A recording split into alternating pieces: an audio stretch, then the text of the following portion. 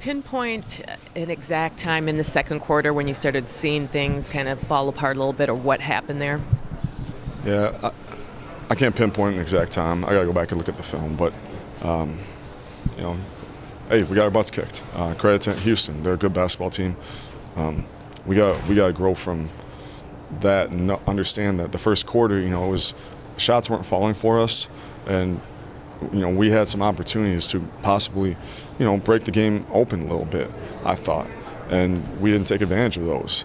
And so with that, we need to be better in terms of withstanding runs, especially against a good team. But you give them credit; they got us tonight. Ryan, offensively, did you like the looks that you were getting, especially in the first half there?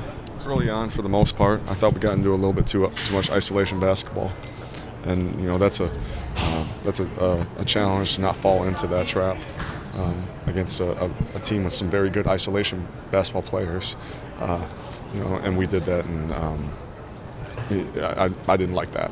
Defensively, you guys have been pretty solid over the last 12 games with Carl out here. What were the breakdowns, especially in the second half, do you think? Yeah, we had a lot of breakdowns. I mean, we didn't guard the ball well. We didn't rebound well. We let shooters get free. Our transition defense.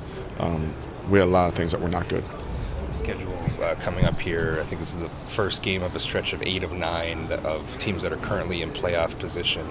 How much do you maybe need to step up your game, or can this be a wake-up call that, hey, this next stretch we need to step it up if we're going to survive? Yeah, I mean, you obviously want to make sure you do that, but I go into every game.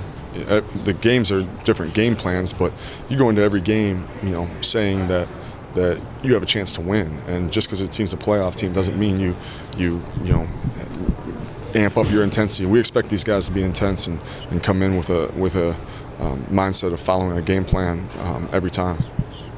Coach, 6 steals tonight for Covington. You've been around him all year. What kind of have you seen from him that shows that he's a defensive anchor for the whole year? His defensive instincts, especially when he's, we have him guarding a number of fours tonight. We put him on some wings, but when he's on that back line, he's able to make some reads and get his hands on some loose balls. I think he forced steals out of Harden. What?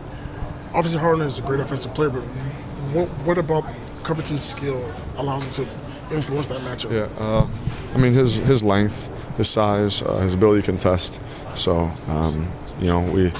he's a tough cover.